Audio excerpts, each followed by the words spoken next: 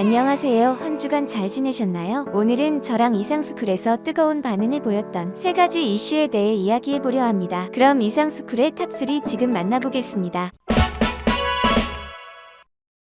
기시다 후미오 일본 신임 총리가 소신 표명 연설에서 한국 지위를 격하하는 표현을 쓴 가운데 문재인 대통령과 전화통화도 이순위 그룹으로 미뤘습니다. 이는 오는 31일 중의원 선거를 의식한 것으로 보이고 있습니다. 12일 니혼게이자이 신문에 따르면 기시다 총리는 지난 4일 취임한 후 5개국 정상과 전화통화를 실시했습니다. 그는 5일 조 바이든 미국 대통령을 시작으로 같은 날 호주, 7일 러시아, 8일 중국, 인도 정상과 통화하며 외교를 시작했습니다. 하지만 한국 정상과의 통화는 이뤄지지 않았습니다. 총리의 취임 직후 정상 외교 순서는 새 일본 정상이 어느 나라를 얼마나 중요하게 생각하는지 확인하는 지표입니다. 기시다 총리의 1순위 그룹은 기시다 총리와 전화를 마친 미국, 인도, 호주, 일본 안보연합체 쿼드 회원국입니다. 니혼게이자이 신문은 한국이 1순위에 들지 못했다며 2순위 그룹이라고 분석했습니다. 기시다 총리는 14일 현재까지도 문재인 대통령과 전화통화를 실시하지 않았는데요. 니혼게이자이 신문은 한국 정부는 강제징용 문제 해결책을 제시하지 않았으며 관계 개선의 실마리가 보이지 않고 있다라며 한일 관계는 2차 세계대전 후 최악이라고 보도했습니다. 앞서 지난 8일 아사히 신문에 따르면 기시다 후미오 일본 총리는 이날 첫 소신 표명 연설에서 한국은 중요한 이웃 나라라면서도 현재 양국 관계는 매우 심각하다고 밝혔습니다. 그는 다시 건전한 관계로 돌아가기 위해 우리의 일관된 입장을 바탕으로 한국 측에 적절한 대응을 요구할 것이라고 강조했습니다. 기시다 총리가 한국을 지칭할 때 사용한 중요한 이웃 나라라는 표현은 스가 전 총리의 첫 소신 표명 연설과 비교했을 때보다 지위가 다소 격화된 표현입니다. 스가 전 총리는 연설 당시 한국을 매우 중요한 이웃 나라라고 표현했습니다. 기시다 총리는 이날 외교 안보 관련 내용에서도 한국은 가장 마지막 두 마디에 언급했습니다. 이는 한국 관련 현안이 일본 외교 안보 정책 우선순위에서 뒤로 밀린다는 점을 분명히 한 것으로 해석됩니다. 니혼게이자이 신문에 따르면 기시다 총리가 한국과 거리두기를 하는 이유는 오는 31일 치러질 중의원 선거에 있습니다. 자민당의 지지 기반인 보수층에서 기시다 총리가 한국과 중국에 온건한 태도를 보이는 게 아니냐는 우려를 보였기 때문입니다. 자민당 내에서 기시다 총리가 수장인 고치카이 파벌은 주변국과의 관계를 중시하며 온건한 외교 노선을 취한 바 있는데 이로 인해 한국 정상과의 협의 순서를 늦춘 것이라는 분석이 나온 것입니다. 곧 다가오는 중의원 선거에서 자민당이 참패할 수 있다는 예상이 나오고 있으므로 기시다 입장에서는 어떠한 방법으로라도 지지율을 올려야 하는 상황입니다. 구독과 좋아요 한 번씩 부탁드립니다. 하지만 코로나로 인해 국제 정세가 얼어붙은 상황에서 뾰족한 수가 보이지 않자 시간이 없는 기시다 정부는 또다시 한국을 때리기 시작한 것입니다. 기시다 후미오 일본 총리는 일제강점기 강제징용 피해자 배상 판결 문제와 관련해 한국이 먼저 해결책을 내놓아야 한다고 밝혔습니다. 13일 일본 참의원 홈페이지에 따르면 기시다 총리는 이날 참의원 본회의에서 오스카 고헤이 국민민주당 의원으로부터 한일관계 관련 질문을 받고 한일관계를 건전한 관계로 되돌리기 위해 옛 한반도 출신 노동자 문제에 관해선 한국 측이 일본 측에 있어서 수용 가능한 해결책을 조기에 내놓도록 강하게 요구할 것이라고 말했습니다. 이는 강제징용 문제가 1965년 한일 청구권 협정으로 모두 해결됐다는 일본 정부의 기존 주장을 재확인한 것입니다. 그는 이어 한일 관계는 매우 엄중한 상황에 있지만 이대로 방치할 수는 없다면서 나라와 나라의 약속을 지키는 것은 국가 간 관계의 기본이라고 덧붙였습니다. 한편 일본 자민당의 7개 파벌 중 평화주의를 내건 고치카이를 이끄는 비둘기파 정치인 기시다 총리가 이처럼 강경 정책들을 잇따라 발표하자 일본 내에서조차 변절한 것 아닌가라는 목소리까지 나오고 있습니다. 그런데 강제징용 문제의 해결책을 한국이 내라고 하면서 강경책을 펼치는 기시다가 13일 자민당 중의원 선거 총선 공약을 발표했는데요. 발표 내용은 다음과 같습니다. 독도에 대한 영유권 주장, 가치 공유 파트너에서 한국 제외, 마지막으로 한국인 강제징용 위안부 배상 판결은 한국의 국제법 위반 역사 인식 등에 대한 한국의 이유 없는 비난 등 일본의 주권 명예, 국민의 생명, 안전, 재산에 관한 과제에 대하여 냉정하고 의연하게 대응하겠다. 이와 같은 공약을 내걸었습니다. 그런데 기시다의 이 같은 공약은 상당히 당황스러운 면이 있는데요. 보통 선거 공약으로 한국을 내거는 경우는 없기 때문입니다. 한국을 2순위 국가로 칭해놓고는 공약을 보면 한국을 가장 신경 쓰는 모양입니다. 앞뒤가 맞지 않는 상황인 것이죠. 심지어 자민당은 오는 31일 중의원 총선거를 앞두고 독도 영유권 주장을 반복하며 GDP의 2% 이상으로 방위비를 늘리겠다고 공약했습니다.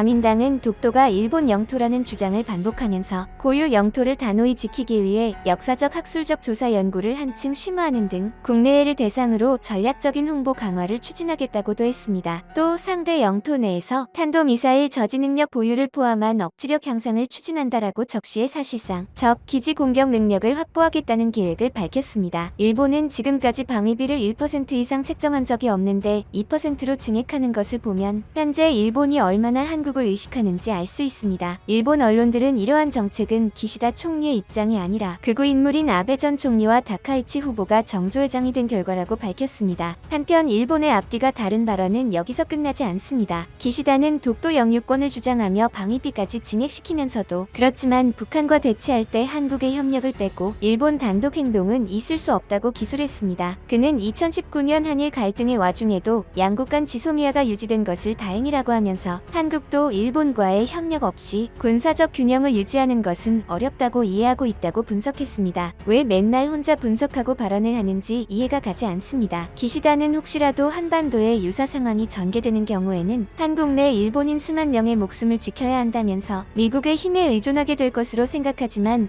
한일 관계가 이 이상 악화해버리면 유사시 일본 국민을 구하는 것도 어려워진다고 말했습니다. 이렇게 자신들의 국민들을 생각하면서 왜 역사 문제에는 문제를 일으키지 못해 안달인지 납득이 가지 않습니다. 또한 일본은 자위대의 능력에 대해서도 자신 없어 보이는 모습입니다. 그러니 말도 안 되는 이유를 들며 북한의 도발에는 한국이 협력을 해야 한다고 주장하는 것이죠. 한편 지난 12일 화상으로 열린 G20 아프간 특별회의에서 일본은 아프간이 심각한 인도주의적 위기에 직면했다며 총 2억 달러를 지원하겠다고 밝혔습니다. 일본의 이번 지원은 자신들이 아프간 사태에서 일본 대사관 직원단 한 명만 구출한 수치스러운 사실을 무마시키려는 듯 보입니다. 특히 아프간 사태에서 한국은 미라클 작전으로 전원을 구출하는 데 성공했으며 아프간인들의 처우 문제에서도 찬사를 받았기 때문에 자신들이 한국과 비교당하는 사태가 벌어지지 않도록 하는 모습으로 보입니다. 지난 4일 취임한 기시다 총리가 다자 정상회의에 참가한 것은 이번이 처음인데요. 기시다 총리는 또 지난 8일 아프간에서 발생한 모스크 겨냥 자살폭탄 테러를 강하게 비난하면서 일본 정부가 국제사회의 공통과제인 테러 대응에 한층 적극적으로 나서겠다는 뜻을 밝혔습니다. 그런데 일본은 2,400억 원이라는 막대한 금액을 지원한다고 밝혔는데도 세계 정상들로부터 비난을 받고 있습니다. 왜냐하면 아프간 사태 당시 일본인 전원이 아직 아프간에 있는 상황에서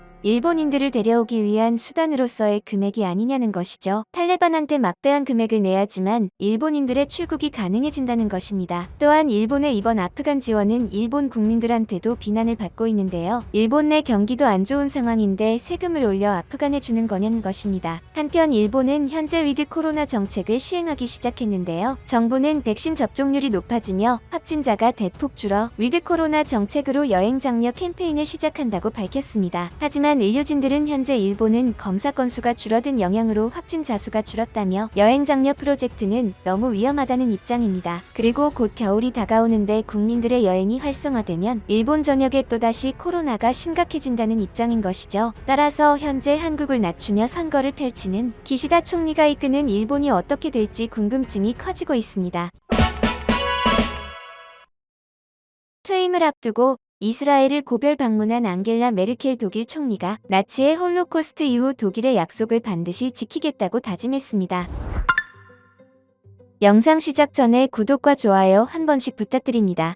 12일 현지 언론과 외신 보도에 따르면 총리 자격으로 8번째이자 퇴임 전 마지막으로 이스라엘을 방문한 메르켈 총리는 이날 나프탈리 베네트 총리와 아이작 헤르조그 대통령 등을 면담했습니다. 메르켈 총리는 베네트 총리와 개인 면담에서 독일이 홀로코스트 이후 이스라엘과 한 약속을 지킬 것이라며 이번 방문을 계기로 이스라엘의 안보가 모든 독일 정부의 중심적이고 중요한 이슈라는 걸 강조하고 싶다고 말했습니다. 그는 또 이스라엘 특별 강요회의에도 참석해 홀로코스트는 역사의 모든 국면에서 우리가 책임을 통감하는 사건이라며 따라서 독일이 오늘 이 자리에 여러분과 함께 앉아있는 것은 이스라엘이 많은 부분 기여한 역사의 선물이라고 강조했습니다. 베네트 이스라엘 총리는 이스라엘과 이란, 하마스, 헤즈볼라의 갈등에 관해 중립을 지켜야 할 사람들이 도덕적 나침반을 잃었는데 메르켈 총리는 이스라엘을 지지하는 데 있어 수년간 유럽 대륙 전체의 도덕적 나침반 역할을 했다라고 추켜 세웠습니다. 이처럼 독일은 현재까지 전범국가로 국가로서의 책임을 다하고 있습니다. 하지만 일본은 사과와 책임은커녕 시종일관 우기기 바쁜 것이 현실이죠. 현재 일본은 우리나라를 상대로 반도체 필수 품목의 수출 규제를 강화했습니다. 그런데 한국에 피해를 주지도 못하고 오히려 자신들이 역풍을 맞고 있는 실정인데요. 현재 일본이 더욱 불안해할 만한 소식이 들려왔습니다. 바로 세계적인 전자 소재 기업 머크가 2025년까지 한국에 약 6억 유로 8,300억 원을 투자한다고 밝힌 것인데요. 삼성전자와 SK하이닉스 등 세계적인 반도체 제조사가 있는 한국에서 성장의 발판을 탄탄히 만들겠다는 전략입니다. 머크는 전 세계적으로 30억 유로, 약 4조 1,400억 원 이상을 투자할 계획인데요. 전체 금액의 5분의 1을 한국에 투자한 셈입니다. 국내 반도체 및 OLED 제조용 소재 생산 설비, 확장과 연구개발 역량 강화에 활용될 것으로 전망됩니다. 머크는 현재 회사 일렉트로닉스 비즈니스 CEO 카이 베크만 박사가 방한해 새로운 국내 투자 계획을 발표하고 한국 내 머크 연구 및 생산 기지 현황을 점검하고 있다고 밝혔습니다. 이번에 발표한 국내 6억 유로 투자는 지난달 9일 개최된 머크 사내 행사에서 발표된 일렉트로닉스 사업 부문 레벨업 성장 프로그램 일환입니다. 머크 일렉트로닉스는 이 프로그램으로 급격하게 성장하는 반도체 시장에서 새로운 기회를 잡을 것이라고 밝혔습니다. 회사는 2021년부터 2025년까지 연평균 3%에서 6%의 유기적 성장을 목표로 한다고 발표했습니다. 카이 베크만 CEO는 반도체와 올레드 등 머크가 속한 산업은 점점 더 빠른 속도로 확대되고 있다라며 회사는 이 모멘텀을 활용해 성장 전망을 크게 향상시키는 중이라고 전했습니다. 현재 머크는 세계 최대 반도체 기업과 디스플레이 제조사가 있는 국내에 적극적으로 투자하고 있습니다. 머크의 이번 대규모 투자가 주목받는 데에는 이유가 있는데요. 요즘 국내 생산시설이 썰물처럼 해외로 빠져나가는 상황에서 역으로 대규모 투자가 유입된다는 점에서 주목됩니다. 머크는 지난 4월 2,700억 원 규모의 투자 계획을 발표한 뒤 투자금을 3배나 증액했습니다. 그만큼 한국 소재 산업의 성장성을 높이 평가한 것입니다. 한국은 반도체, 디스플레이, 배터리 등 첨단 제조업 강국이지만 해외 기업 유치에 괄목할 성과를 내지 못했습니다. 이 같은 상황에서 머크의 대규모 투자 소식은 가뭄의 단비 같은 상황인 것이죠. 머크 투자를 좋은 성공 사례로 만들면 해외 기업 유인 효과를 기대할 수 있습니다. 머크는 세계 최장수 기업입니다. 머크웨이라는 특유의 경영 철학으로 350년간 지속 성장했습니다. 두 차례의 세계대전, 산업혁명, 정보화혁명 등 굴곡의 근현대사를 거치면서도 살아남았습니다. 우리나라 100대 기업의 평균 역사가 50년을 겨우 넘긴 것과 비교하면 엄청난 역사이며 350년 넘게 사업이 번창했다면 분명 경영을 올바르게 해왔다는 뜻일 겁니다. 따라서 한국은 이번 머크의 대규모 투자로 양질의 경영 방식을 배울 수 있는 것입니다. 한편 독일의 머크가 한국에 공을 들이기 시작한 데에는 예상치 못한 이유가 있는데요. 과연 그 이유는 무엇일까요? 바로 2019년 일본 수출 규제 사태 이후 국내 반도체 업계의 설비 현지화 움직임이 뚜렷해지자 적극 뛰어들었습니다. 1985년 첫 사무소를 연 한국머크는 지난해 10월 법인 설립 31년 만에 처음으로 한국인을 대표로 선임했습니다. 올해 본사에서 퍼포먼스 머티리얼즈 사업부를 일렉트로닉스로 바꾸며 한국은 전자 소재 생태계에서 역할을 더 키우겠다는 의지도 다졌습니다. 과연 거물 기업인 머크가 한국에 주목하는 이유는 뭘까요? 김우교 한국머크 대표는 머크는 혁신적인 소재를 만드는 것뿐만 아니라 21세기 전자산업 고객에게 포괄적인 솔루션을 제공하고 있다며 한국은 머크의 차세대 소재와 기술을 충분히 활용할 수 있는 첨단 기술 제조 국가라고 말했습니다. 현재 한국은 아시아 태평양 지역에서 머크의 가장 중요한 시장으로 떠올랐습니다. 이러한 머크의 행보에 일본은 당황하기 시작했습니다. 더불어 일본이 지난 2년간 한국에 대한 수출 규제로 얻은 실익은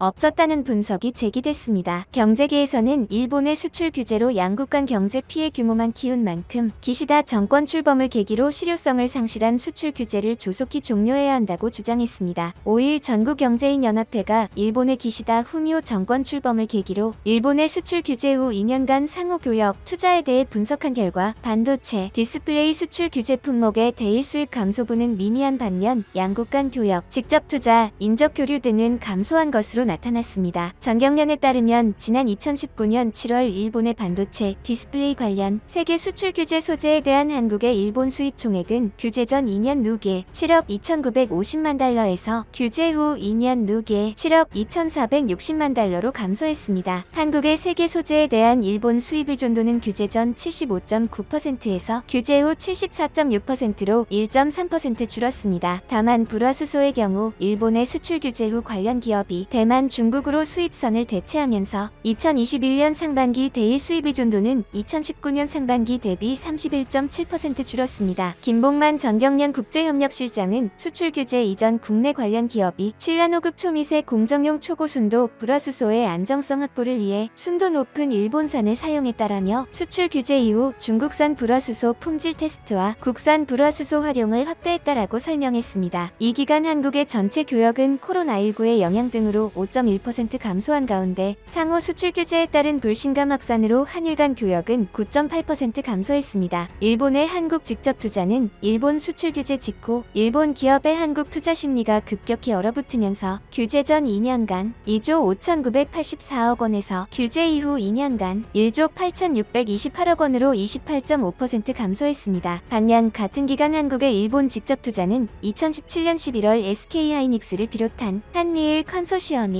도시바 메모리 인수 결정 이후 후속 투자가 이뤄지면서 24.4% 증가했습니다. 한국 내 일본계 외국인 투자 기업의 2019년 매출은 수출 규제 이후 국내에서 일본 제품 불매 운동이 벌어지면서 2018년 대비 9.4% 감소하고 기업 수는 2.4% 줄었습니다. 같은 기간 일본 투자 한국 기업의 매출은 10.2% 감소하고 기업 수도 11.3% 감소하면서 양국 간 실적 악화로 연결된 것으로 보입니다. 김봉만 실장은 2019년 7월 이후 약 2년간의 사상 초유의 한일 간 경제 갈등은 실제 3대 수출 규제 품목의 대일 수입 감소분은 미미했습니다. 반면 반일 혐한 감정 등 부정적 효과 등으로 양국 간 교역, 직접 투자 인적 교류 등을 감소시켜 경제적 피해 규모만 키웠다라며 일본의 새 정권이 출범한 만큼 실효성을 상실한 한일 상호 수출 규제는 외교 문제와 분리해 양국 통상당국 간 공식 협상을 통해 조속히 종료해야 한다라고 말했습니다. 하지만 얼마 전 열린 기시다 후미오 총리의 첫 국회 연설에서는 한일 관계 개선을 기대하기 어렵다는 평가가 나오고 있습니다. 총 6,900자 분량의 연설문에서 한국에 관한 언급은 단 2문장에 불과했기 때문입니다. 기시다 총리는 오후 일본 국회에서 행한 첫 소신 표명 연설에서 한국은 중요한 이웃 나라라며 건전한 관계로 되돌리기 위해서라도 우리나라의 일관된 입장에 토대를 두고 한국 측에 적절한 대응을 강하게 요구하겠다라고 말했습니다. 한국의 중요성을 거론하기는 했지만 분량이나 표현 모두 미흡했다는 평가입니다. 그리고 한국의 중요성에 대해서는 1년 전 스가 총리보다 낮게 평가했습니다. 특히 미국, 북한, 중국, 러시아, 한국 등 일본의 주요 외교 상대국 가운데 한국이 가장 마지막에 거론됐습니다. 또 기시다는 우리나라의 일관된 입장에 토대를 두고 한국 측에 적절한 대응을 강하게 요구하겠다라며 일제강점기 가해 행위와 관련된 양국 갈등을 대하는 일본 정부의 태도에 변화가 없을 것임을 시사하기도 했습니다. 한국 정부는 일본과 머리를 맞대고 해법을 찾겠다는 입장인데 일본은 우리가 수용할 해결책을 한국이 가져오라는 태도를 고수하고 있어 대화가 제자리 걸음을 하는 상황입니다. 앞으로 한일 관계가 어떤 국면을 맞을지 귀추가 주목되고 있습니다.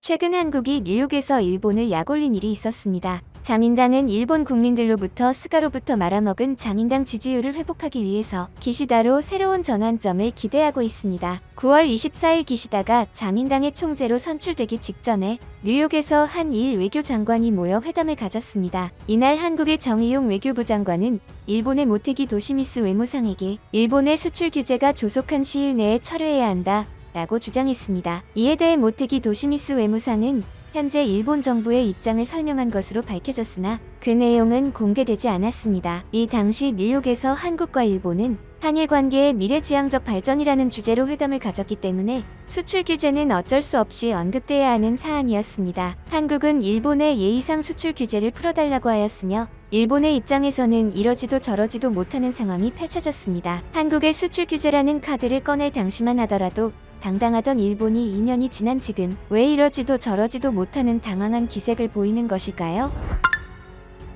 구독과 좋아요 한 번씩 부탁드립니다. 기시다 후미오가 총리가 되면서 내각 곳곳에는 아베의 사람들이 심어졌습니다. 자민당의 성격을 강하게 띠는 인물인 아소 다로는 자민당 부총재, 아마리 아키라는 자민당 간사장에 내정됐는데 이들 모두 아베의 핵심 인물들입니다. 이 때문에 한국 산업계는 일본이 한국에 그동안 시전해온 수출 규제가 앞으로도 지속될 것이라고 예측하고 있고 자민당 역시 떨어진 지지율을 다잡기 위해 남은 카드는 한국 때리기밖에 없는 상황이죠. 기시다 총리 취임 후 첫 회담에서 수출 규제 등 양국 갈등을 단기에 해소하기는 쉽지 않을 전망인데요. 문 대통령은 양국 관계가 몇몇 현안들로 인해 어려움을 겪고 있지만 의지를 갖고 서로 노력하면 함께 극복해 나갈 수 있다고 생각한다. 1965년 한일 청구권 협정의 적용 범위에 대한 법적 해석에 차이가 있는 문제다. 양국 간 외교적 해법을 모색하는 것이 바람직하다고 보며 외교 당국 간 협의와 소통을 가속화하자 라며 수출 규제, 위안부 등 한일 간의 문제를 강조했습니다. 그러나 기시다 총리는 아베 신조 전 총리와 스가 요시히데 전 총리와 크게 다르지 않은 입장을 표한 것으로 전해졌는데요. 일본 정부 기존 주장을 되풀이했다고 합니다. 기시다 총리는 강제징용 문제와 위안부 문제에 대한 일본의 입장을 설명했고 양국 정상의 솔직한 의견 교환을 평가하면서 외교 당국 간 소통과 협의 가속화를 독려하겠다고 말했다라고 했죠. 일본은 왜 이렇게 정권이 바뀌어도 역사 왜곡과 한국 때리기를 지속하는 것일까요? 그 이유는 한국과 우호적인 관계를 유지하게 되면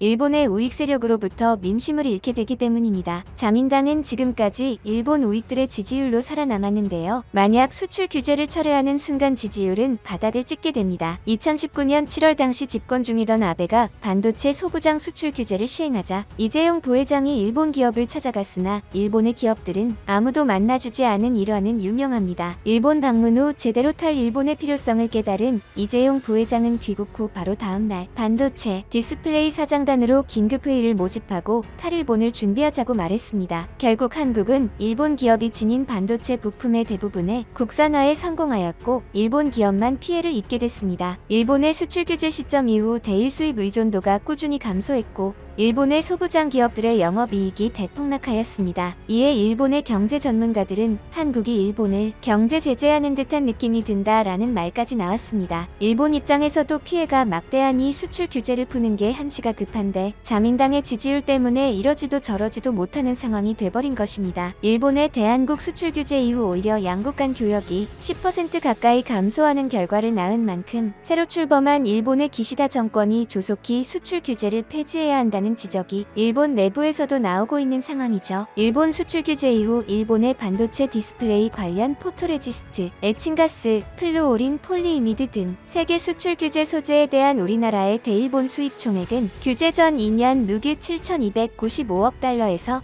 규제 후 2년 누계 7,246억 달러로 0.67% 감소했습니다. 세계 소재에 대한 대일 수입 의존도 역시 규제 전 75.9%에서 규제 후 74.6%로 1.3% 줄었는데요. 이는 정부와 기업이 일본의 규제 조치에 신속히 대응하는 한편 일본 정부도 2019년 8월 포토레지스트의 대한국 수출을 2차례 허가하고 같은 해 12월 포토레지스트 일종에 한해 수출 규제를 개별 허가해서 특정 포괄 허가로 완화한 점 등에 따른 결과로 보이고 있습니다. 오히려 영향은 양국 간 전반적인 교역 감소로 이어지고 있는데요. 최근 일본 최대 일간지인 요미우리 신문은 다급하게 일제강점기 강제동원 피해자 배상 문제와 관련해 문 대통령이 해결하라라는 사설을 냈습니다. 한국 법원이 일본 미쓰비시 중공업에 대해 한국 내 자산 매각 명령을 내려 일본 기업이 피해를 보게 생겼는데 이에 대한 대책을 마련하라는 거죠. 이에 일본의 언론사들은 9월 29일 사설에서 미쓰비시 중공업 자산 매각 문제를 문 대통령이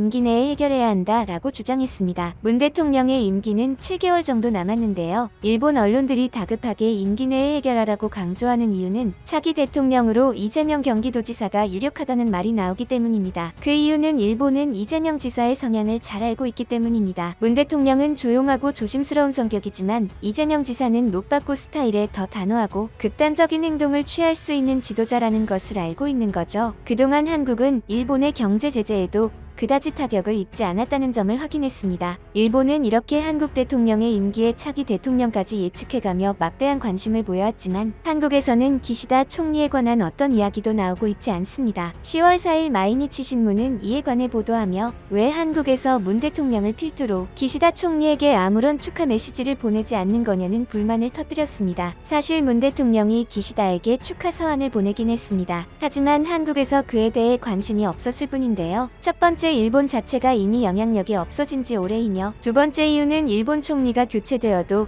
자민당의 바지 사장이기 때문입니다. 왜 문 대통령이 이례적으로 일본 총리를 무시하냐? 라며 비판하는 기사를 일제히 보도했습니다. 그런가 하면 후지TV는 한국이 일본과의 관계 개선에 안달났다는 이상한 날조를 했습니다. 또 후지TV는 한일 민간단체가 최근 실시한 설문조사에서 한국인 응답자 79.1%가 한일 관계가 중요하다라고 답했다며 한국이 한일 관계를 개선하고 싶은 초조한 마음을 드러내고 있다는 날조를 했습니다. 이 기사를 접한 한국인들은 어리둥절할 뿐입니다. 최근 중국은 호주를 때렸다가 오히려 역관광당하고 두 손 두 발 다 들었습니다. 앞서 중국은 미중 갈등에서 미국 편에 선 호주에게 보복하기 위해 호주산 석탄 수입을 금지시켰습니다. 세계 최대 석탄 수출국인 호주에 무역 보복을 한 거죠. 그런데 석탄이 부족해진 중국 동북부에 전력난이 발생했고 일부 지역에서는 공장이 멈추고 가정용 전기도 끊기는 대참사가 발생했습니다. 중국은 호주 대신 인도네시아나 러시아, 몽골과 같은 다른 국가에서 석탄을 수입했지만 세계적으로 석탄 수요가 늘면서 가격이 급등해 이마저도 여의치 않았죠. 결국 중국은 호주에 백기를 들었고 영국의 파이낸셜 타임스에 따르면 지난달 말부터 중국 주요 항구에서는 바다에 대기 중이었던 호주 화물선에서 석탄을 하역하는 작업이 이뤄지고 있었습니다. 결국 먼저 공격을 시도한 중국이 호주에 백기를 들며 호주에 석탄을 수입하기로 한 거죠. 중국은 이전에도 한국의 사드 배치로 보복 타령하면서 안전한 품목으로 골라서 한알령을 내렸습니다. 그러나 이는 모두 중국에 돌아가게 되었는데요. 한국 콘텐츠 아리를 하던 중국인들이 더 이상 한국 콘텐츠를 볼 수 없게 되자 중국인들의 불법 다운로드만 심해졌고 결국 전 세계적으로 망신을 당하고 있는 상황입니다. 지금 일본의 상황이 중국과 동일하다고 보면 됩니다. 지난 6월 한국의 소재 부품 산업의 대일 의존도가 2001년 이후 20년 만에 최저치를 기록했습니다. 그 사이 일본 기업들은 모두 한국에서 철수했고 일부 소부장 기업들은 일본 정부의 규제를 피해 오히려 한국에 공장을 짓고 있는 상황입니다. 결국 일본은 한국에 도발했다가 되려 당하고 있는 것입니다. 혹시 주식하시나요? 이상스쿨보다 더 많은 정보를 원하신다면 위 버튼을 꾹 눌러주세요. 주식을 모르면 이상스쿨. 주식 모르니? 이상스쿨.